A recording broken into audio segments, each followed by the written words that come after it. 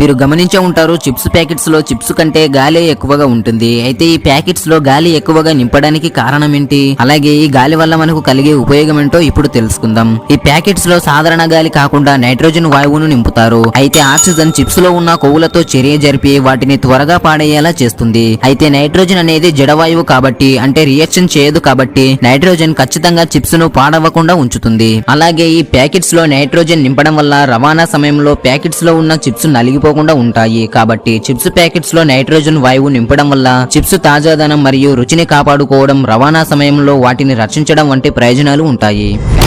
2012లో ఇటలీలోని Rome నగరంలో NIP food అనే సంస్థకు చెందిన 5గురు చెఫ్లు కలిసి ఓ విశేషమైన చరిత్రను సృష్టించారు. డివి లియోనార్డి, ఆండ్రియో మొనచ్చి, మార్కో నార్డి, మాటియో నార్డి, మాటియో జియోనొట్టి అనే వారు ఫియరా రోమ్ ప్రాంగణంలో 1261.65 చదరపు మీటర్ల విస్తీర్ణంలో ఒక పెద్ద పిజ్జాను తయారు చేశారు. ఈ పిజ్జాకు వారు రోమన్ చక్రవర్తి ఆక్టివియన్ అగస్టన్ గౌరవార్థకంగా ఓటావి అనే పేరు పెట్టారు. ఈ పిజ్జా తయారీకి 9000 కిలోల పిండితో పాటు 4000 కిలోల టమాటో సాస్, 8800 కిలోల మోజరెల్లా చీజ్ ఉపయోగించారు. ఈ పిజ్జా తయారీకి 48 గంటల సమయం పట్టింది. అలాగే ఈ పిజ్జాను 5000 ముక్కలుగా కట్ చేశారు. ఈ ముక్కలను స్థానిక చారిటీలకు దానం చేశారు. ఈ అద్భుతమైన పిజ్జాతో ఎన్ఐపి ఫుడ్ సంస్థ మరియు 5గురు చెఫ్లు గిన్నిస్ వరల్డ్ రికార్డ్స్ లో తమ పేరును నమోదు చేసుకున్నారు. ఈ విజయంతో వారు ప్రపంచవ్యాప్తంగా ఉన్న పిజ్జా ప్రేమికులకు, చెఫ్లకు గొప్ప ప్రేరణగా నిలిచారు. Fact number 3. ఇప్పుడు మీరు చూస్తున్నది థాయిలాండ్ లో ఉన్న నకా గుహ. ఈ గుహ ప్రత్యేకత ఏమిటంటే దీన్ని బయట నుంచి చూస్తే ఒక భారీ నాగరూపం కనిపిస్తుంది. అంతేకాకుండా ఈ గుహ గోడలపై ఉన్న ఆకృతులు సర్పం యొక్క చర్మాన్ని పోలి ఉంటాయి. దీనివల్ల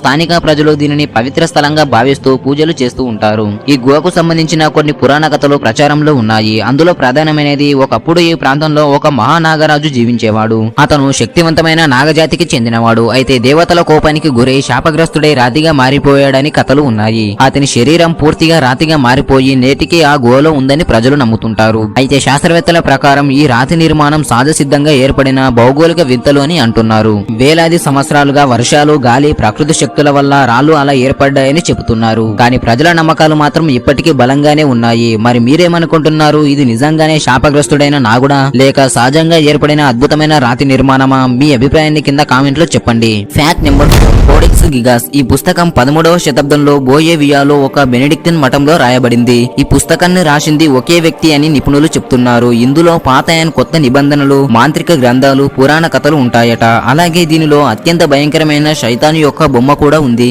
ఒక పురాణ కథ ప్రకారం ఒక బెనెడిక్టిన్ సన్యాసి తన ప్రమాణాలను ఉల్లంఘించి శిక్షను తప్పించుకోవడానికి ఒకే రాత్రిలో ఈ గ్రంథాన్ని సృష్టించేందుకు శైతానుతో ఒప్పందం కుదుర్చుకొని ఈ గ్రంథాన్ని పూర్తి చేశాడట.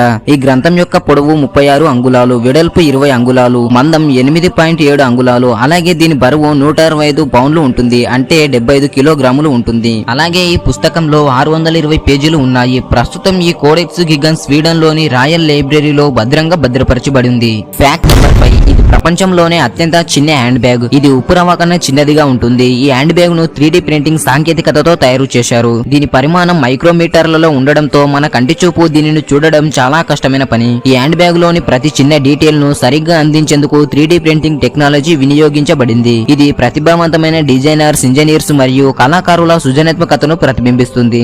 న్యూయార్క్ లో జరిగిన వేలంలో ఈ హ్యాండ్ బ్యాగ్ $63,750 అంటే సుమారు 51.7 లక్షలకు అమ్ముడైంది. ఈ బ్యాగ్ ను న్యూయార్క్ కు చెందిన ఆర్ట్ కలెక్టివ్ MSCHF రూపొందించింది. ఈ సాంకేతికత విజయం భవిష్యత్తులో మరిన్ని సృజనాత్మకత, టెక్నాలజీ ఆధారిత ప్రాజెక్టులకు మార్గదర్శకం అవుతుంది.